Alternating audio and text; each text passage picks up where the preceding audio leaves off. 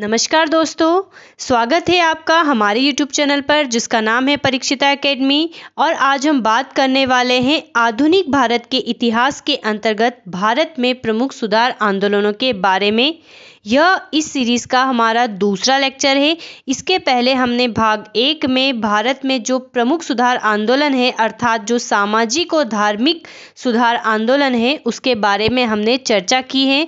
यहाँ पर हम इस वाले टॉपिक को जो है सीक्वेंस में कवर कर रहे हैं, बैक टू बैक किस प्रकार से आंदोलन आए हैं ईयर को कोशिश कर रहे हैं, जिससे कि अगर आप नोट्स बनाते हैं तो आपको याद रखने में काफ़ी आसानी हो। तो हमने कल जो है राधा स्वामी आंदोलन के बारे में पढ़ा था 1861 में जो हुआ था, और आज हम इसके बाद के जितने भी सुधार आंदोलन भारत में हुए हैं मुख्य रूप से उनके बारे में बात करेंगे।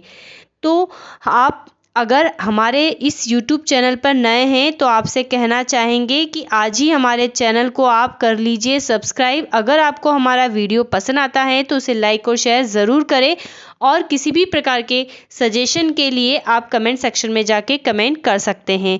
और हम आपको फिर से बताना चाहेंगे आज क्योंकि जनरली हम जब भी जो टॉपिक पढ़ते हैं सबसे पहले तो हमें स्ट्रेटेजी क्लियर होनी चाहिए कि ये हमारे सिलेबस के किस पार्ट का हिस्सा है। अगर आप सिविल सर्विसेज में यूपीएससी की एग्ज़ाम कर रहे हैं तो उसके अंतर्गत ये आता है। जनरली हर कॉम्पिटिटिव एग्ज़ाम का ये पार्ट होता है। और अगर हम एमपीपीएससी की बात करें, क्योंकि मुख्य रूप से हम इसी को फोकस करके जो है वीडियोस लाते हैं, एमपीपीएससी की अगर हम बात करें तो हमारे प्री के सिलेबस में जो है यूनिट सेकंड में हमें दे रखा है कि हमें 19वीं और 20वीं शताब्दी के प्रमुख सुधार आंदोलन स्पेशली सामाजिक और धार्मिक को पढ़ना है। अगर हम मेंस की बात करें तो मेंस के पेपर 1 की यूनिट 3 में भी हमें दे रखा है भारतीय पुनर्जागरण, जिसके अंतर्गत हमें इन सुधार आंदोलनों को पढ़ना रहता है। तो दोनों पॉइंट ऑफ व्यू से काफ़ी इंपॉर्टेंट है। हमने एमपीपीएससी ज़रूर कहा है लेकिन ये यूपीएससी का भी एक बेहद अहम पार्ट है। आधुनिक भारत के इतिहास के अंतर्गत ये आता है। आपको उसके जो पर्टिकुलर सिलेबस है उसके सब सेक्शन के बारे में भी पता होना चाहिए। चलिए दोस्तों, तो आगे बढ़ते हैं बिना टाइम वेस्ट करे और हम बात करते हैं भारत में प्रमुख सुधार आंदोलनों के बारे में, जिन्होंने कहीं हद तक जो है राष्ट्रीय चेतना जागृत की और हमारे जो समाज में जो बुराइयां थी, जो हमारे धार्मिक कट्टरता थी, उसको उदारवादी बनाने में कुछ हद तक जो है इन आंदोलनों ने काफ़ी मदद की। चलिए, तो जैसा कि हमने आपको बताया कि कल हमने 1861 तक कल के हमारे वीडियो में अगर हम कहें कि हमारे भाग 1 के वीडियो में हमने स्वामी नारायण संप्रदाय, वहाबी आंदोलन, आत्मीय सभा, यंग बंगाल आंदोलन, ब्रह्म समाज, फराजी आंदोलन, धर्म सभा, तत्वबोधिनी सभा, तयूनी आंदोलन, नामधारिया कूका आंदोलन, student literary and scientific society, Paramhansa Mandali, पारसी सुधार आंदोलन और राधा स्वामी आंदोलन की चर्चा की है। अगर यही आप हमारा वीडियो देख रहे हैं तो पहले आप उसको देखिए, तो इट शुड बी बेटर। अब हम उसके बाद के प्रमुख आंदोलन के बारे में बात करते हैं। तो चलिए हम आ जाते हैं आज के प्रमुख आंदोलन पर, जिसको हम कहते हैं देवबंद आंदोलन या दारुल उलूम। अब नाम में दारुल उलूम आ रहा है तो आप समझ गए होंगे कि ये जो है एक मुस्लिम धार्मिक आंदोलन था। वैसे मुझे उर्दू नहीं आती और न ही मुझे इसका फ़िलहाल मीनिंग पता है, तो अगर आपको पता है तो ज़रूर बताइएगा। तो हम देवबंद आंदोलन की बात करते हैं। यह आंदोलन जो है 1866 में प्रारंभ हुआ था, या देवबंद स्कूल भी इसको कहा जाता है। कहीं कहीं बुक्स में इस देवबंद आंदोलन की जगह पर जो है देवबंद स्कूल भी लिखा रहता है। तो 1866 में ये आया था आंदोलन, या स्कूल की स्थापना हुई थी। और जो इसकी स्थापना हुई थी वो सहारनपुर ज़िले में, जो कि उत्तर प्रदेश में आता है। उस समय उत्तर प्रदेश को उत्तर प्रदेश नहीं कहते थे बल्कि संयुक्त प्रांत कहते थे। तो संयुक्त प्रांत की हम बात कर रहे हैं और उसके देवबंद नामक स्थान पर इसकी स्थापना की गई थी। किन्होंने की थी? तो मोहम्मद कासिम नानोतवी और राशिद अहमद गंगोही। ठीक है, इनके नाम अच्छे से याद कर लीजिए, काफ़ी इंपॉर्टेंट है। मोहम्मद कासिम नानोतवी और राशिद अहमद गंगोही ने इसकी जो है संयुक्त रूप से स्थापना की थी, देवबंद स्कूल की। ठीक है, अब देवबंद स्कूल से ही जो है एक धार्मिक रूढ़िवादी आंदोलन चालू हो गया, उलेमाओं के द्वारा प्रारंभ किया गया था, जो मुस्लिम धर्म के सुधार का एक आंदोलन था। इसके दो प्रमुख उद्देश्य थे। ठीक है, इस आंदोलन के प्रमुख दो उद्देश्य थे। पहला तो था कि कुरान एवं हदीस की शिक्षाओं का मुसलमानों के मध्य प्रचार प्रसार करना, अर्थात अपने धर्म का प्रचार प्रसार करना। और दूसरा था कि जो विदेशी आक्रांता है, यहाँ तक कि जो गैर मुसलमान है, उसके विरुद्ध धार्मिक युद्ध जिहाद को प्रारंभ करना। आप सबको पता है इतिहास में जिहाद जो है मुस्लिम जो शासकों के द्वारा या मुस्लिम आक्रमणताओं के द्वारा बहुत यूज़ किया गया है भारत के परिप्रेक्ष्य में। तो जिहाद को प्रारंभ रखना जो था इनका उद्देश्य था, जब इस शुरुआती हिस्सों में ये स्कूल की स्थापना की गई थी।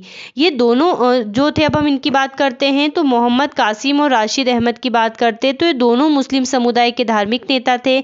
और स्पेशली ये आंदोलन जो था अलीगढ़ आंदोलन के विरुद्ध प्रारंभ था। ठीक है, अलीगढ़ आंदोलन भी एक मुस्लिम आंदोलन था, उसके विरुद्ध था। इसने अलीगढ़ आंदोलन द्वारा मुस्लिम समाज का जो पाश्चात्यकरण करने में उदार रुख अपनाने के रवैये का विरोध किया था। अर्थात जो अलीगढ़ आंदोलन था ये मुस्लिमों को उदार बना रहा था। ठीक है, उदार का मतलब है कि अहिंसावादी बना रहा था। कौन? अलीगढ़ आंदोलन। और मुस्लिम समाज का जो है वेस्टर्न कल्चर लाने की कोशिश कर रहा था। अर्थात जो वेस्टर्न कल्चर का मतलब वेस्टर्न कल्चर को नहीं अपनाना है, बल्कि उनकी शिक्षाओं को, जो भी उसकी अच्छी बातें हैं उसको आत्मसात करना। लेकिन ये जो था कट्टरपंथी आंदोलन था, अर्थात ये जो है अपने धर्म पे ज़्यादा ध्यान देते थे। हालांकि आगे के समय में मुस्लिम समुदाय का नैतिक एवं धार्मिक उत्थान करने की वकालत भी ये करते थे। ठीक है, अर्थात जो नैतिकता मुस्लिम समुदाय में आती है, जो अच्छी बातें होती उसका भी समावेश हो, इसका धार्मिक उत्थान हो, इसकी वकालत करते थे। तो जैसा कि हमने आपको बताया, तो इतनी बातें आपको याद रखनी है। और इस आंदोलन की एक विशेषता भी है कि जब 1885 में, भाई हमको पता है भारतीय राष्ट्रीय कांग्रेस का गठन हुआ था, तो इसने 1888 में स्वागत किया था। ठीक है, राजनीतिक मोर्चे पर देवबंद स्कूल ने इसका स्वागत किया था और इसे काफ़ी अच्छा बताया था। और ये इन्होंने अलीगढ़ आंदोलन के साथ साथ सर सैयद अहमद खान के संगठन संयुक्त राष्ट्रवादी संघ और मोहम्मडन एंग्लो ओरिएंटल एसोसिएशन के खिलाफ फतवा भी जारी किया था। यह आंदोलन सर अहमद खान द्वारा मुस्लिम समाज हेतु किए जा रहे कार्यों का कड़ा विरोध करता था। ठीक है, सर सैयद अहमद खान के बारे में भी काफ़ी अच्छी बातें हैं, हम आगे पढ़ेंगे, इनके बारे में चर्चा करेंगे। अब हम बात करते हैं मोहम्मद उल हसन की। मोहम्मद उल हसन बाद के समय में आए और इन्होंने देवबंद स्कूल का नेतृत्व किया। अपने धार्मिक विचारों को एक नई राजनीतिक एवं बौद्धिक स्वरूप प्रदान किया और उसे काफ़ी जो है प्रसिद्ध बनाया। ठीक है, तो मोहम्मद उल हसन का नाम भी हमें याद रखना है। इन्होंने इस्लामिक सिद्धांतों एवं राष्ट्रवादी प्रेरणा के समन्वयन हेतु सराहनीय प्रयास किए। अर्थात देवबंद स्कूल, जैसा हमने शुरू में बताया कि जिहाद का नारा दिया और ये प्रचार प्रसार करना चाहता था, फिर बाद के समय में इन्होंने राष्ट्रवादी उद्देश्यों को भी जो है पूर्ति करने की कोशिश करी। ठीक है, बिना मुसलमानों के धार्मिक एवं राजनीतिक हितों की रक्षा, मतलब कि राष्ट्रवादी उद्देश्यों को क्षति पहुंचाए बिना मुसलमानों के धार्मिक एवं राजनीतिक हितों की रक्षा की हो सके, तो इस दिशा में जो है इन्होंने काफ़ी महत्वपूर्ण कार्य किए। इसके अलावा एक और इस जो देवबंद स्कूल है, इसके एक और समर्थक थे शिबली नुमानी। इनका मत था कि शिक्षा की पद्धति में अंग्रेजी एवं यूरोपीय विज्ञान को भी सम्मिलित किया जाए। हमने देखा है कि शुरुआती दिनों में इन्होंने अलीगढ़ जो आंदोलन था उसका विरोध किया था, क्योंकि वो पाश्चात्यकरण कर रहा था। लेकिन इन्होंने ही बाद में कहा कि शिक्षा की पद्धति में अंग्रेजी एवं यूरोपीय विज्ञान का सम्मिलित किया जाना चाहिए। इन्होंने जो शिबली नोमानी हैं, इन्होंने 1894 से 96 में लखनऊ में नदवतुल उलेमा एवं दारुल उलूम की स्थापना भी की थी। कहाँ पर? लखनऊ में, इसी के समान। तो ये भी जो है प्रमुख आंदोलन रहा था। चलिए, तो हम आगे के आंदोलन के बारे में बात करते हैं। हम बात करते हैं प्रार्थना समाज की। इसकी जो स्थापना हुई थी 1867 में हुई थी और केशव चंद्र सेन के सहयोग से आत्माराम पांडुरंग, देवेंद्र नाथ ठाकुर और महादेव गोविंद रानाड़े, इन्होंने जो है इसकी स्थापना की थी। दोस्तों हम बताना चाहेंगे कि 1849 में परमहंस जो सभा करके एक संगठन था, धार्मिक समाज का एक संगठन था, धार्मिक सुधार का एक आंदोलन था। बाद के वर्षों में यही जो है प्रार्थना समाज में परिवर्तित हो गया। ठीक है, अर्थात इसकी छोटी रूपरेखा जो है पहले ही तैयार थी, लेकिन फाइनली प्रार्थना समाज के नाम से 1867 में जो है इसको मूल रूप दिया गया। तो ये बातें आपको याद रखनी। इनके अलावा इससे आरजी भंडारकर और एनजी चंदावरकर जैसे प्रमुख लोग भी जुड़े थे। और प्रार्थना समाज के मुख्य उद्देश्य क्या था? तो नॉर्मली वो जो सभी के मुख्य उद्देश्य रहे थे, जाति व्यवस्था को अस्वीकृति करना। जो हिंदू धर्म में जाति व्यवस्था थी, दलितों को नीचा समझा जाता था, तो उसका इन्होंने विरोध किया था। इन्होंने स्त्री शिक्षा को प्रोत्साहन दिया था, क्योंकि आप शायद 100-200 साल पहले की बात महसूस कर सकते हैं कि शिक्षा का स्तर लड़कियों के लिए इतना अच्छा नहीं था। इनफैक्ट 20-30 साल पहले ही जो है बहुत सारे परिवेश में लड़कियों को नहीं पढ़ाया जाता था। हायर एजुकेशन 10th तो बहुत बड़ी बात थी। हालांकि आज जो है शिक्षा का स्तर काफ़ी सुधर रहा है। तो उस समय ये चाहते थे कि स्त्री शिक्षा को प्रोत्साहन मिले। विधवा पुनर्विवाह को प्रोत्साहन दिया था। समझिए, विधवा पुनर्विवाह को जो है एक लहर चल रही थी विधवा पुनर्विवाह के लिए। आप सभी जानते हैं 1856 में कानून भी पास हुआ था, तो इसका भी प्रमोट किया था। लड़के एवं लड़की दोनों की विवाह की आयु में वृद्धि करना भी जो है था इनके मुख्य उद्देश्यों में शामिल था। और जो है धोंडो केशव करुवे जो है और इनके इस समाज से जुड़े हुए थे। इसी प्रकार विष्णु शास्त्री भी जो है इस समाज से जुड़े हुए थे। दोनों भी काफ़ी प्रसिद्ध रहे हैं। इनके बारे में भी हमने पूर्व के हमारे वीडियो में चर्चा की है। तो चलिए अब हम अगली बात करते हैं वेद समाज की। तो वेद समाज का इतना ही याद रखिए कि 1867 में इसकी स्थापना हुई थी। और किसने करी थी? तो आचार्य केशव चंद्र सेन ने की थी। ठीक है, हम इनके ऊपर जो एक अलग से वीडियो लेकर आएंगे। काफ़ी इंपॉर्टेंट व्यक्तित्व है, इनके बारे में भी जानना हमें ज़रूरी है। चलिए अब नेक्स्ट की हम बात करते हैं सत्य शोधक समाज। ठीक है, कौन सा समाज? तो सत्य शोधक समाज की हम बात करते हैं। और इसकी जो स्थापना हुई थी वो हुई थी 1873 में। आपको ईयर याद रखना है। और किसने करी थी? तो ज्योतिबा फुले ने करी थी। ज्योतिबा फुले जो है माली जाति में पैदा हुए थे, अर्थात उस समय जो है ये जाति नीची जो है निचले स्तर पर मानी जाती थी, इसलिए इन्हें काफ़ी भेदभावों का जो है सामना करना पड़ा था। इसीलिए इनका जो है ब्राह्मणों के प्रति काफ़ी आक्रोश था।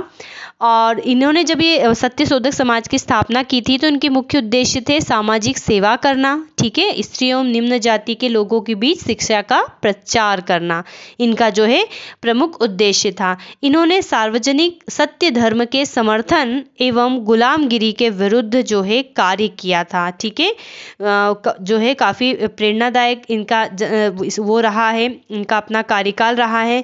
ज्योतिबा फुले ने ब्राह्मणों के प्रतीक चिन्ह जो थे राम, ठीक है, राम को उच्च कुल का माना जाता है। तो ब्राह्मणों के प्रतीक चिन्ह राम के जो विरोधी रहे थे राजा बाली, उसको अपने आंदोलन का प्रतीक चिन्ह बनाया था। किसने? ज्योतिबा फुले ने। फुले समाज में जाति प्रथा के पूर्ण उन्मूलन एवं सामाजिक आर्थिक समानता के पक्षधर थे। इन्होंने संस्कृत हिंदुत्व का विरोध किया। इनके आंदोलन जो है समाज में ब्राह्मणों के वर्चस्व को समाप्त कर दलितों की पहचान बनाने में महत्वपूर्ण भूमिका निभाई थी। और पुरोहित वर्ग को समाज का शोषक कहा। इन्होंने क्या कहा कि जो पुरोहित वर्ग है, जो ब्राह्मण वर्ग है, वो समाज का शोषण करते, शोषक कहा, क्योंकि इन्होंने उस समय शायद अपने ऊपर या उस समय की जो जाति होती है उसके ऊपर अत्याचार देखे होंगे। इनकी पत्नी है सावित्रीबाई फुले, काफ़ी प्रसिद्ध महिला रही हैं। इनके बारे में हमने पहले भी चर्चा की है। तो उसके साथ में इन्होंने पूना में प्रथम बालिका स्कूल की स्थापना की थी, ये आपको याद रखना है। ठीक है, हम लिख देते हैं अपनी पत्नी के साथ इन्होंने क्या करा, पूना में जो बालिका स्कूल है, प्रथम बालिका स्कूल माना जाता है, उसकी स्थापना की थी। तथा महाराष्ट्र में अनेक स्थानों पर विधवा पुनर्विवाह का कार्यक्रम प्रारंभ किया था। फुले जो थे, ज्योतिबा फुले जो थे, उनके सामाजिक सुधारों के कार्यों के लिए महात्मा की उपाधि भी इन्हें दी गई थी। ठीक है, तो हम महात्मा गांधी को ही नहीं जानते, आपको ये भी याद रखना है कि इनके कार्यों के लिए इन्हें जो है महात्मा की उपाधि भी मिली है। अगर हम इनकी पत्नी की बात करें सावित्रीबाई फुले की, तो हम बताना चाहेंगे ये भारत की पहली महिला अध्यापक थी। ठीक है, सावित्रीबाई जो फुले थी भारत की पहली महिला अध्यापक थी और शिक्षा के क्षेत्र में, स्पेशली महिलाओं की शिक्षा के क्षेत्र में इन्होंने काफ़ी महत्वपूर्ण कार्य किए थे। इसीलिए जो पुणे विश्वविद्यालय का नाम है 2015 में उसका नाम जो है सावित्रीबाई फुले के नाम पर जो कर दिया गया था। ठीक है, तो काफ़ी इम्पोर्टेंट रोल रहा है दोनों पति पत्नियों का। और अगर हम बताएं कि पुणे में जो बालिका स्कूल खोला था ये 1848 में खोला था। उस समय इसका नाम था भिड़ेवाड़ा। ठीक है, भिड़ेवाड़ा। ठीक है, पहला बालिका स्कूल रहा था ये। चलिए, तो ये हो गई सत्यशोधक समाज के अंतर्गत ज्योतिबा फुले की बात, तो आपको स्पेशली याद रखना है।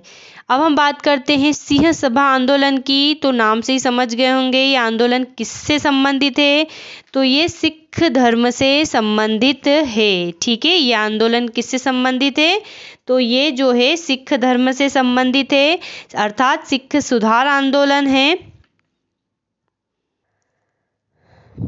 1873 में जो है सिंह सभा आंदोलन की शुरुआत हुई थी और इसके प्रमुख उद्देश्य थे कि सिखों के लिए आधुनिक पाश्चात्य शिक्षा की उपलब्धता सुनिश्चित करना। अर्थात उस समय जो अंग्रेजों के समय में आधुनिक शिक्षा पद्धति चल रही थी, ये चाहते थे कि सिख भी वो ग्रहण करें।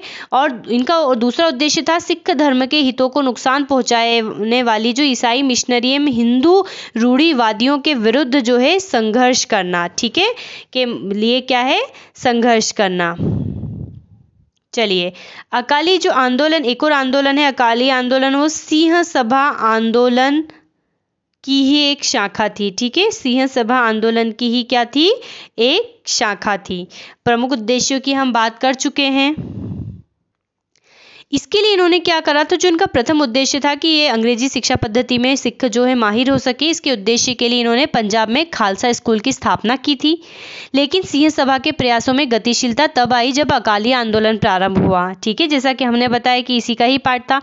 दूसरी इनका उद्देश्य था मुख्य रूप से गुरु की शिक्षाओं के विरुद्ध प्रत्येक बात को नकार दिया और गया और सिख सिद्धांतों के साथ संगत समझे जाने वाले स्थल प्रथाओं को स्थापित किया गया।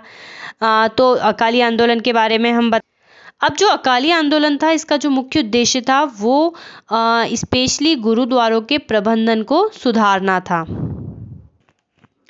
अकाली आंदोलन की अगर हम बात करें तो इसका मुख्य उद्देश्य क्या था, गुरुद्वारों का प्रबंध सुधारना था। तो इसीलिए 1922 में इनके काफ़ी प्रयासों के बाद एक एक्ट पास हुआ जिसको बोलते हैं सिख गुरुद्वारा एक्ट। और इस एक्ट के द्वारा गुरुद्वारों का जो प्रबंध है सिखों की शीर्ष संस्था जो है शिरोमणि गुरुद्वारा प्रबंधन कमेटी को सौंप दिया गया। किसको सौंप दिया गया, शिरोमणि गुरुद्वारा प्रबंधक कमेटी। ठीक है, इसको जो है सौंप दिया गया। तो आप इसके बारे में इतनी बातें याद रखनी। और यहाँ पर एक बात और मुख्य रूप से बताना चाहेंगे कि ये सांप्रदायिक आंदोलन बिल्कुल भी नहीं था। ठीक है, सांप्रदायिक बिल्कुल नहीं था, क्षेत्रीय आंदोलन था। इनफैक्ट इन्होंने ब्रिटिश हुकूमत के विरुद्ध भी आवाज़ उठाई। स्वतंत्रता संघर्ष में अपना काफ़ी महत्वपूर्ण योगदान जो है सिंह सभा आंदोलन के द्वारा जो है दिया गया। तो इतनी बातें याद रखनी है। चलिए, नेक्स्ट आंदोलन की हम बात करते हैं आर्य समाज। आर्य समाज भी अपने आप में काफ़ी इंपॉर्टेंट एग्जाम है, पता नहीं कितनी एग्जाम में पूछा गया है। और जिस ने इस जो आंदोलन को चलाया है वो भी अपने आप में काफ़ी प्रसिद्ध व्यक्तित्व रहे हैं, जिनके बारे में आपको उनकी बायोग्राफी पता होनी चाहिए। हमने इनके बारे में भी जो है वीडियो अपलोड किया हुआ है। तो चलिए, आर्य समाज की हम बात करते हैं। तो इसकी जो स्थापना है आर्य समाज की वो की थी स्वामी दयानंद सरस्वती ने। ठीक है, स्वामी दयानंद सरस्वती ने की थी, जिनका मूल नाम मूलशंकर था। और जो स्थापना थी ये भी याद रखना है वो बम्बई में की थी, बॉम्बे में।